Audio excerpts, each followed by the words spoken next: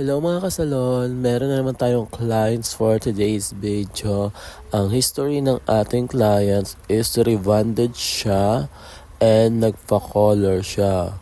And lagi niyang pinapagawa is color na lang dahil hindi na siya nagpa-rebond kaya ganyan na kakulot at ka-wavy ang kanyang hair. So, ang inavel ng ating client is color rebond with Brazilian.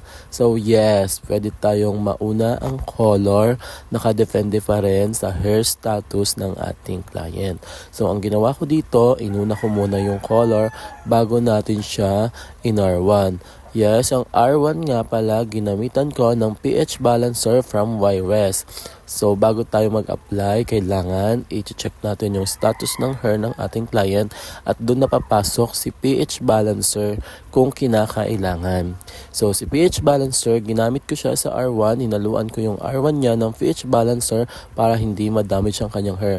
So, after babad, binaba ko yon, ginamitan ko rin siya ng spray water with pH balancer.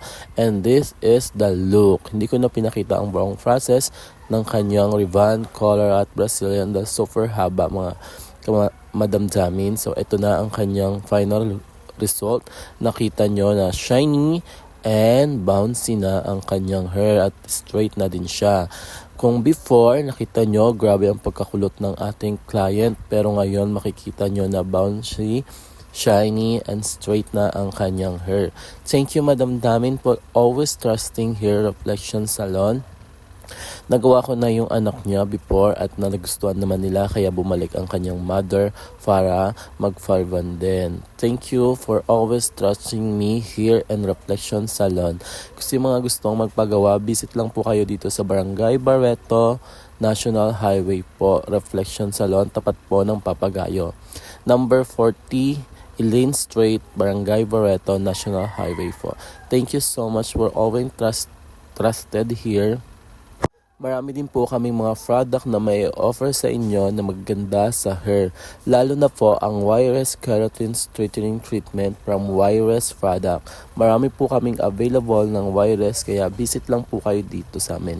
Sa mga gustong mag-avail and magpagawa, punta na lang po kayo at hanapin nyo lang po ako. Miss Georgia po. Thank you so much. And don't forget to follow this page and like and share. Maraming salamat, mabuhay!